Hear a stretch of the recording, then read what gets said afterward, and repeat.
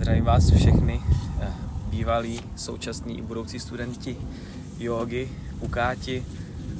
Ke Kátě jsem se dostal z toho důvodu, že už mě dlouhou dobu bolely záda, bylo to několik let po operaci, konkrétně bedra, a nemohl jsem se té bolesti zbavit. A zhruba po 2 měsících cvičení jógy s Káťou jsem se konečně dobral nějakému výsledku a bolest zad mě postupně opustila.